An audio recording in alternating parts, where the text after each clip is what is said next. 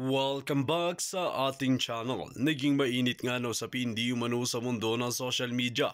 Ang ginawa nga ni Tambaluslos na ito at naghanap pa talaga ng kakampi. Ang nakakalungkot ay tila sumama na nga ba talaga si Tulfo para naman kalabanin si VP Sara Duterte. Dito nga natin makikita mga kaibigan na nagkaroon nga ng matinding bangayan si Tulfo at si VP Sara Duterte. Ang kahilingan naman talaga ni Vice President Sara Duterte na sana'y magkaisa tayo para naman maayos ang ating sistema sa bansang Pilipinas at magkaroon ng pag-aasenso.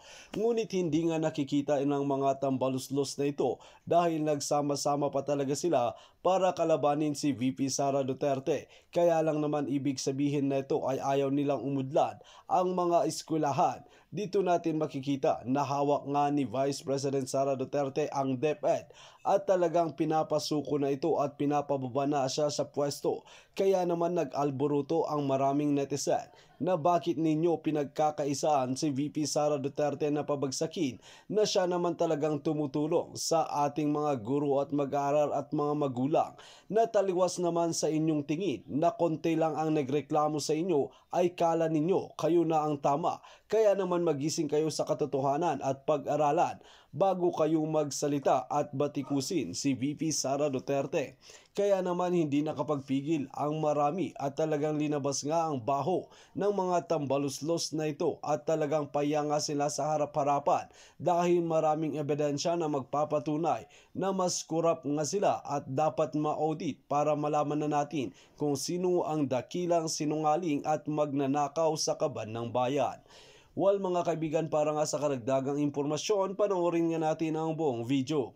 At kung bago ka pa lamang sa aking channel, huwag kalimutan i-click ang subscribe button at notification bell para lagi kang updated sa ating mga bagong video. At para sa solid viewers natin dyan, maraming salamat sa walang sawang pagsuporta. Problema mag-tandem sila, gusto nila si Lisa patakbuhin nila, wala tayong problema, kalayaan ng lahat ng mag-tandem. Pero dito mo marirealize mga palangga na ang politika ay talagang madumi, sobrang dumi. Of course, hanggat nandiyan yung smart magic. Kumbaga, pagkatapos pakinabangan ang isang politiko, let's say for example, former President Duterte, di ba?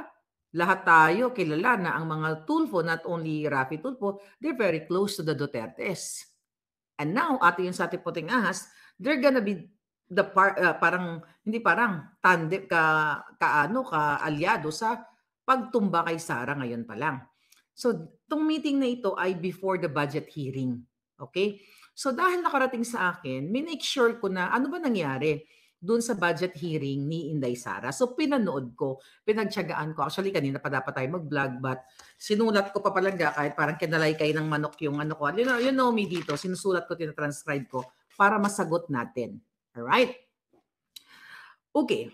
So, doon sa hearing, sa budget hearing, mga kababayan, doon ko nakita na utak sabaw pala si Senator Tulfo.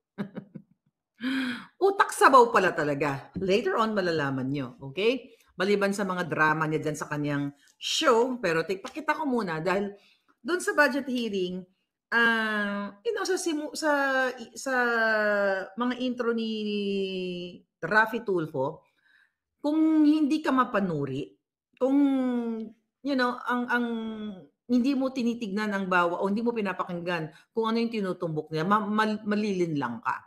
Kasi pinag-usapan nila yung tungkol sa DepEd, di ba? Budget sa DepEd, paano ginagastos yung MOOE. And doon sinasabi ni Tulfo na concerned siya sa mga estudyante at mga teachers, and which is true naman. Dapat naman maging concerned tayong lahat.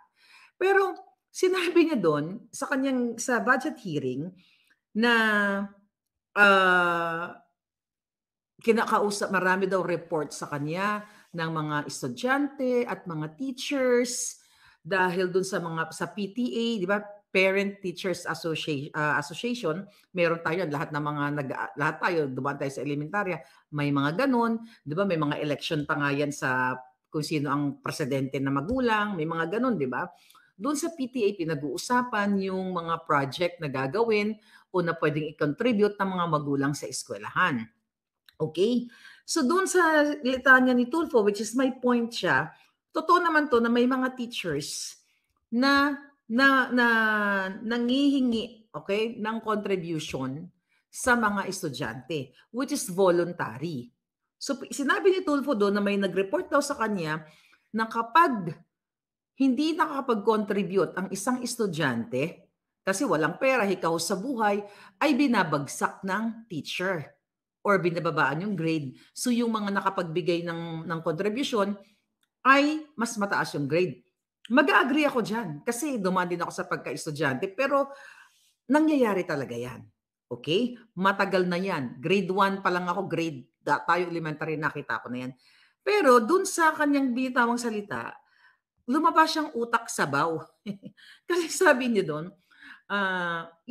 lumalapit daw sa kanyang mga teachers, mga teachers, mga not teachers, sorry, mga estudyante at mga magulang na hinihingan sila ng contribution sa mga chalk, painting, electric bills at kung ano-ano pa ng eskwelahan.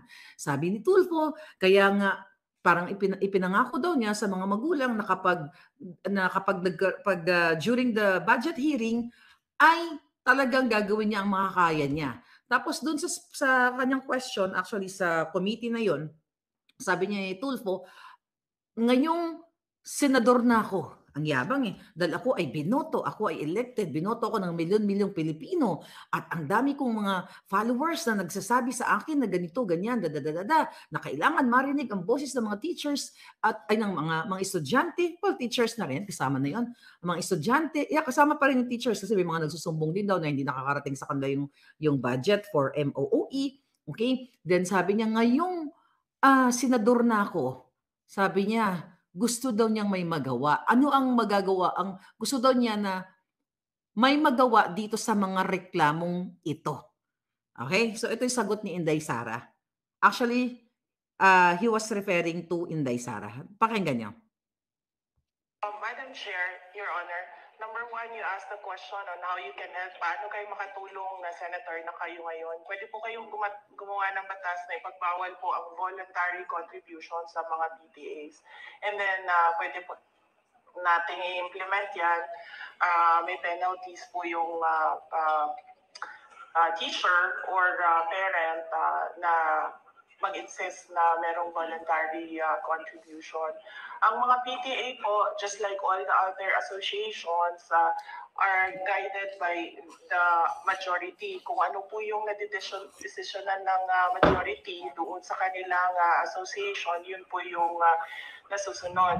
Now, it is a voluntary contribution. Ibig sabihin, hindi po pinipilit yung mga estudyante o yung mga magulang na mag-contribute kung yun man ang nadesisyonan na project ng PTA. Marami po tayong mga stakeholders na iba-iba po yung projects nila sa ating mga paaralan. Hindi lang po mga PTA, but we have NGOs, we have private sector donors who partner with our public schools sa mga specific na projects nila in certain schools. Ganito po din yung ating mga PTA. Pinag-iisipan po ng Okay, dyan na muna.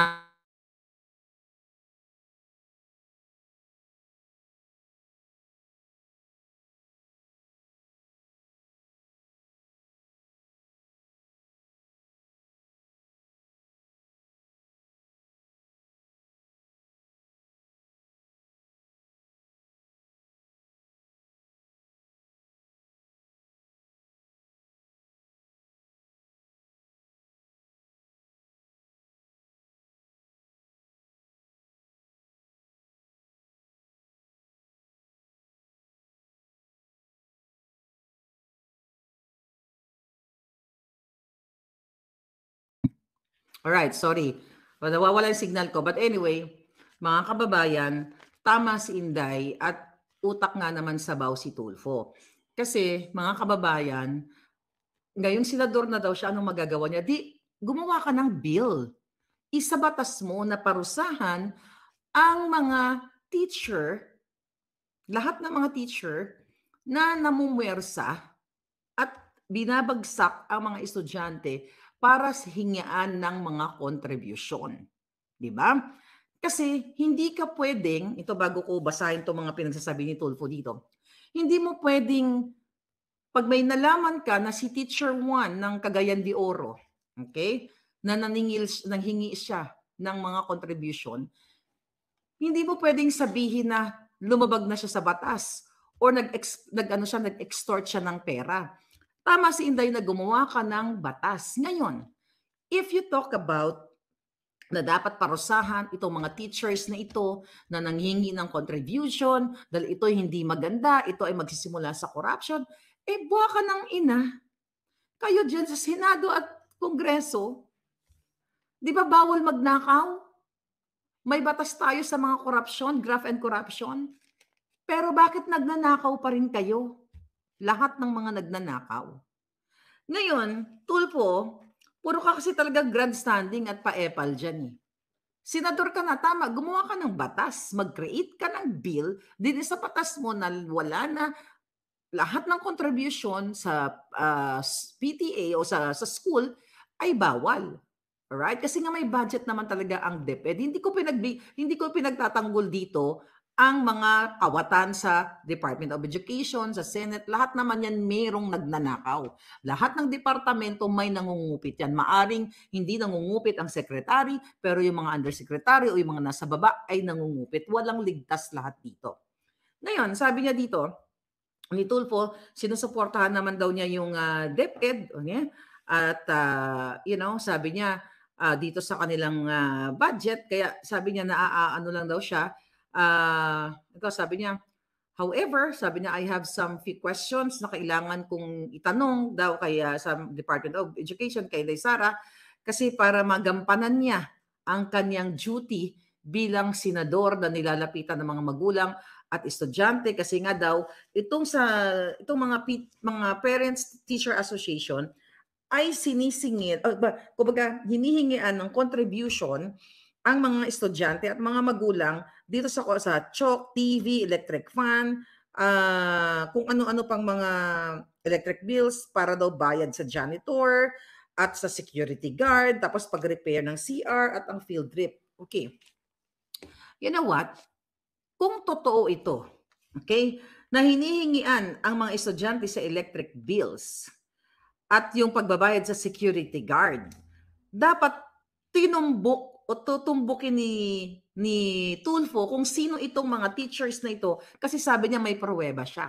Actually, at the end of that budget hearing nila, sinabi ni Senator Pia Cayetano kay Tulfo na dapat, sabi niya, kung mayroong proof o yung may mga specific na mga taong, sinasabi kasi ni Tulfo na may nag-report sa kanya. Sabi ni Senator Pia Cayetano dito, ibigay daw sa kanila yung mga taong involved dito na naniningil para sa utility bills and janitor, ganyan-ganyan. Wala naman siyang masabi na, sige, ibibigay ko sa inyo, ganito, ganyan. Sabi niya, kasi sabi niya na gano'n, kailangan, ang inaano ko kasi dito, yung kung ano yung magagawa ko, sabi niya, para sa mga teacher, sa mga teachers at sa mga estudyante. Okay? Dahil bilang isang senador, talagang dapat gagampanan ko ang mga dapat kong gampanan para sa taong bayan. Kaya nga doon pa lang nakikita, kung hindi ko nalaman na si Tulfo at si Tambaloslos at si Lisa Smugs at may plano kay Inday Sara, hindi ko to babalikan yung kanilang budget hearing kasi September 4 pa ito. Ngayon, tinatanong ni Tulfo dito nga kung paano nga daw siya makakatulong, 'di ba? Na matigil itong mga contribution na ito. You know what? Ito kasi ang problema, talagang corrupt ang bayan natin. Elementary pa lang tayo, talagang may mga nagpapalakas na mga magulang. Totoo yan, na mga magulang na nagbibigay na kay teacher, nagbibigay ng ganito. Kunyari, may galing sa abroad, bibigyan ng tsokolate, bibigyan ng pabango. Tapos si teacher naman, yung anak nung nagbigay sa kanya, tataasan yung grade. Totoo yan. Nangyayari yan. Pero bakit ba nangyayari yan? Kasi nga, we all know na may korupsyon sa ating ahensya ng gobyerno at hindi exempted ang department ni Inday. Okay? Lahat ng departamento. Kaya nga tama si Inday na gumawa ka ng batas, ng bill, Tulfo, at isabatas mo na ang mga teachers, okay, na talagang totally na bawal itong voluntary or wala namang involuntary, parang forced, di ba? Itong voluntary contributions na to. With that, may pangil yung batas. Pero dyan nga sa inyo graft and corruption, may pangil na, may batas pa, pero nalulusutan nyo pang hinayupak kayo. Di ba? How much more etong sa baba? Okay? The problem is, hindi kayang sagutin dapat ang sagot ni Tulfo doon, that's a good idea, ginang Vice President, di ba? Sige, pag-aaralan ko yan, gagawa ko ng bill at magtulungan tayo. Pero the intention ni Tulfo is very Lisa Smugs. Okay? So ngayon dito, sinasabi niya na may ebidensya daw siya. Okay? Pero ayaw niyang tumbukin. Sino yung mga ebidensya mo? I-submit mo kung may ebidensya ka na may mga naniningil na ganyan-ganyan o nag-extort ng pera. Yun ang sabi sa'yo ni Senator Pia Cayetano, ibigay mo sa kanila, i-submit mo at puntahan. Kung talagang forced, kumbaga, ang ginagawa nitong mga teachers na ito. Okay? Kaya nga sabi ni Inday kanina, sasagutin ka, kumbaga, yung tanong mo kung paano ka makakatulong, gumawa po kayo ng batas na bawal o hindi dapat naniningil ng voluntary contributions. Okay? Voluntary contributions. Tapos sabi ni Inday, pwede naman natin i-implement yan. Okay? Kapag may batas na at bigyan ng mga penalties, itong mga teachers na naniningil ng contribution kung may batas nga naman na nagbabawal dito. It's like, pag ginawa nila yon is extortion yon. So, ibig sabihin, mga kaibigan, ulitin ko nga may batas nga sa graft and corruption. Pero bakit pa kayo patuloy na nagnanakaw dyan sa Congress, sa Senado at sa lahat ng ahensya ng gobyerno? Di ba? Tulfo? Ngayon, sabi ni Tulfo, okay, hindi daw dapat daw kapag nagmi-meeting, okay? Sabi ni Tulfo, siguro kapag nagmi-meeting, pag nag-meeting yung mga parents and teachers, sana merong DepEd doon, representative. Sabi ni Senator Pia Cayetano sa kanya, mayroon pong teacher, kaya sabi niya, ang ibig po sabihin ng PTA is Parent Teachers Association. So, teacher, di ba? Teacher is under Department of Education. Teacher yun Tapos nasupla na naman si Tulfo doon. Parang in-educate siya ni Senator Pia Cayetano na mayroon ng representante doon. Parent Teachers Association nga. Ito nga ang ibig sabihin. Parang gustong ilagay sa utak na ito ang ibig sabihin ng PTA. So definitely, meron ng representante. Ang DepEd yung teacher. Yun po ang nila. At saka sinasabi ni Inday na yung PTA daw, yun nga ay guided. Okay, ng mga rules or guidelines kung ano yung mapagdedesisyonan ng mga teacher na mga proyekto. Alright? So you know what, may chika ko lang. Kahit dito sa Amerika, mayroon ditong voluntary, like ngayon magte-trick or treat yung aking apo. May natanggap kaming sulat na if you're kung okay lang sa iyo or you're willing to share, like yung mga loot bags, magdala ng mga candy, magdala ka. Kasi kung pamimigay sa kapwa bata, o kanino man ipamigay, sa teacher, may ganon. So voluntary yun. At hindi ako magdi-disagree sa voluntary. When you say voluntary, yung meron lang kakayahan. Kapag meron kayong mga napag-usapang mga project between parents, teachers, and students, wag lang yung pag hindi nagbigay yung estudyante, kahit matalino ang estudyante, ay ibabagsak ng teacher. O kapag ang estudyanteng ito, kunyari lumalaban sa honor student, 'di ba? Hindi lang siya nakapagbigay ng contribution. May mga teachers talaga, pero hindi naman lahat ng teachers ganun. Meron din talagang judgment na teachers na talagang pinupolitika ang mga bata. Like ako nung nag-aaral ako. In fairness, aminado naman ako. Nagrereklamo ako sa nanay ko. Sabi ko hindi siya dapat na maging first honor. Elementary, mas matalino ako sa kanya. I was young. Kinausap ng nanay ko yung teacher. Elementary ako, hindi ko na sabihin ko anong grade kasi malaman ng mga classmate ko. Ano sabi ng teacher? Sabi niya kasi yung anak mo, kung saan-saan pumupunta, di ba? Yung bunganga, parang palaka, ayaw manahimik. Totoo yun. Sabi sa nanay ko, sabi ng nanay ko, sabi ni teacher, ganito ka daw, ganito, ganito, makalikot ka daw, da. Sabi ng nanay ko, totoo ba yun? Sabi ko, tuod. Oh, tinuod man. Tuod. So, during that time, sabi ng nanay ko, wag na tayo magreklamo, mag-behave ka na lang. Totoo yun, mga pala, bigla ko naalala yung element. Yung ate ko, may ganun din siyang issue. Di ba? So, ako naman, hindi dahil sa nag-contribute ako, pero dahil sabi nga, ano ako, talagang sabi nga ng teacher ko, nung elementary ako, alam to ng mga classmate ko, yung anak mo, 2 ang ribbon pa noon eh. Sabi ng, no, actually sinabi sa akin, isa kong ribbon, most talkative. O sumbong na naman ako sa nanay ko. Sabi ng teacher ko, 2 daw yung ribbon ko, most talkative daw, ganyan. Tapos drama na naman ako na, gusto ko magpakampi sa nanay ko. Sabi niya, wag ka na magreklamo, totoo naman. Anyway, so those were the days. Okay, so balik tayo dito kay Tulfo. So ngayon mga palangga, sinasabi ni Tulfo na inaano niya na gumawa ng aksyon ang DepEd na mapigil itong voluntary contributions na ito. Alright? Na dapat wala nang ganito, dapat nakakarating yung budget sa mga teachers, yung sa MOO. Mag-a-agree naman ako doon. Wala naman tayong problema doon. Ngayon, nasa mga kamay mo nga, hindi ka pwedeng bukang-bukang kang lang yung bunganga mo dyan, tapos wala kang gagawin. Parang magpapasikat ka lang sa iyong audience o sa iyong followers. Kasi napansin ko, lagi niya palang sinasabi, sa Senado, pinagmamalaki niya lagi yung followers niya na milyones. My God! Ngayon, dahil sa kaka-push niya, and it's okay to push na maging mapanatag ang mga guidelines o ang mga dapat ginagawa ng ating mga teachers. So ngayon, nagsalita yung Yusek ni Inday na sinasabi ni Yusek ni Inday, si Yusek Escobido, sabi niya maglalabas po kami ng memorandum at directive to all schools. So biglang nag-interject si Inday. Alam mo, hindi ko masyado napapanood si Inday. Alam mo, sa totoo, hindi ko siya napapanood. Pero I think from now on, lagi ko siya panonoorin. Kasi talagang, siya yung makikita mo na itong Inday na ito, akala ko kasi dati, parang, kasi hindi siya Tagalog, di ba? Nahihirapan siya magsalita ng Tagalog, parang mabagal.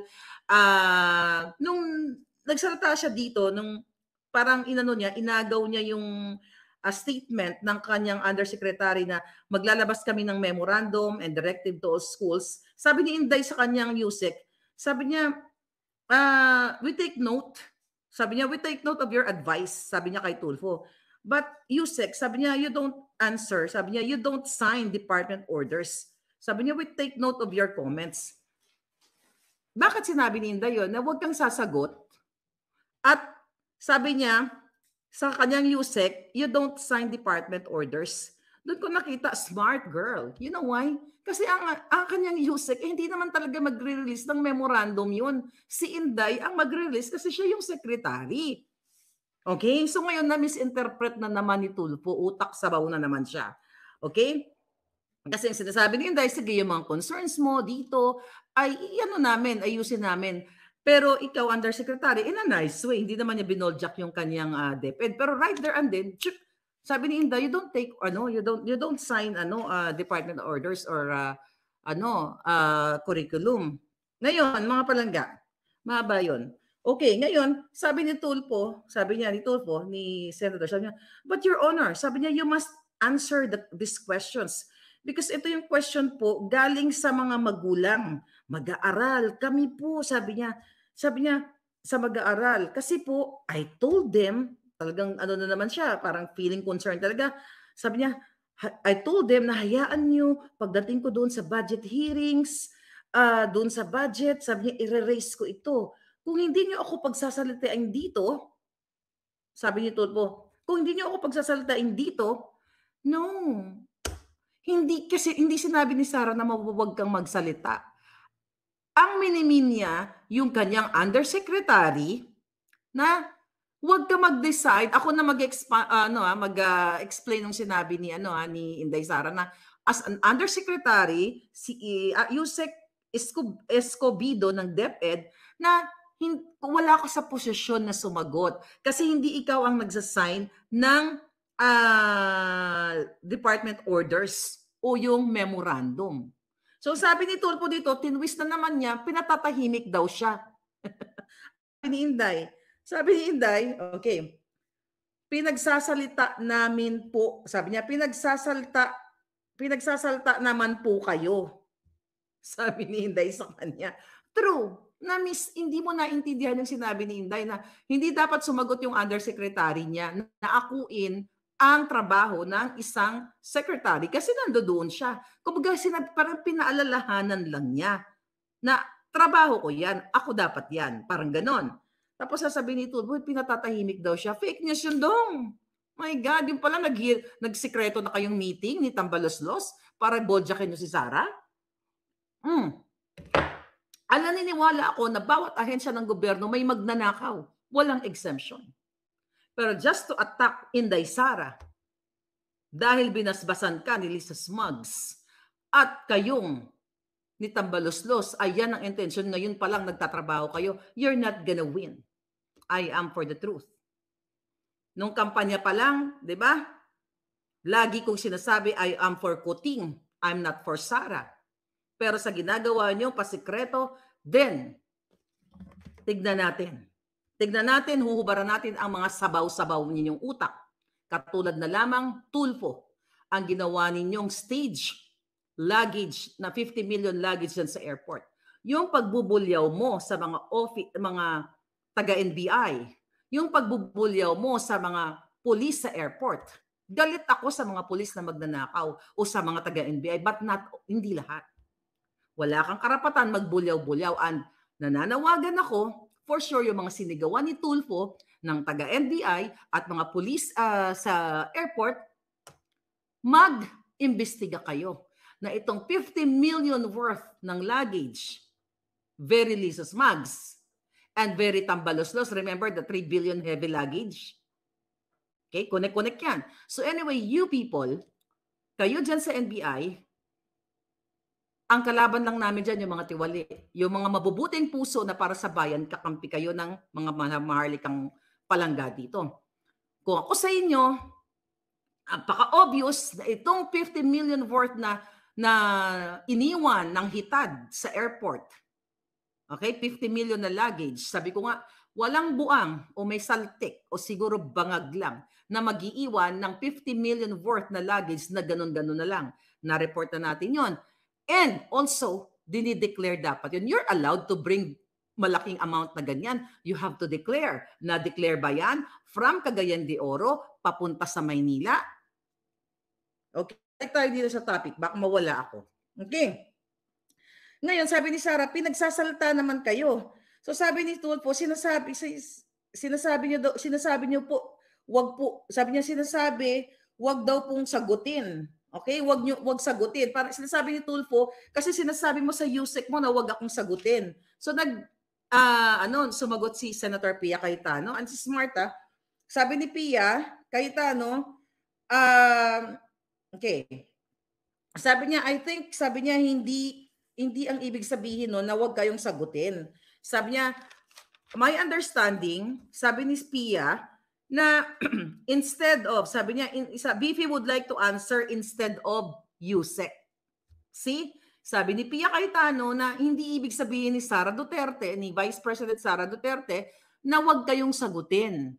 Na wag sumagot si USEC, instead si Sara. See, pareho kami ng understanding habang pinapanood ko ito, mga palangga. Alright? So ngayon, mga kababayan, okay? Ano ba yung mga sinasabi ni Tulfo dito? Okay? Alright. Dito nga natin makikita mga kaibigan na talaga may gusto ngang pabagsakin talaga si VP Sara Duterte. Ngunit ang kahilingan ng maraming supporters ng mga Duterte na sana ay huwag ito magpa-apekto, huwag siyang sumuko at tumuloy lang ang laban para makita talaga natin kung sino nga ba talaga ang sinusuportahan ng taong bayan, dahil kung masisibak nga raw sa pwesto si VP Sara Duterte ay magkakagulo ng gulo sa bansang Pilipinas at talagang hindi tatantanan ang mga tambaluslos na ito. Well mga kaibigan, kung kayo ang tatanungin ano ang inyong mga opinion, just comment below sa ating comment section at atin pag-uusapan.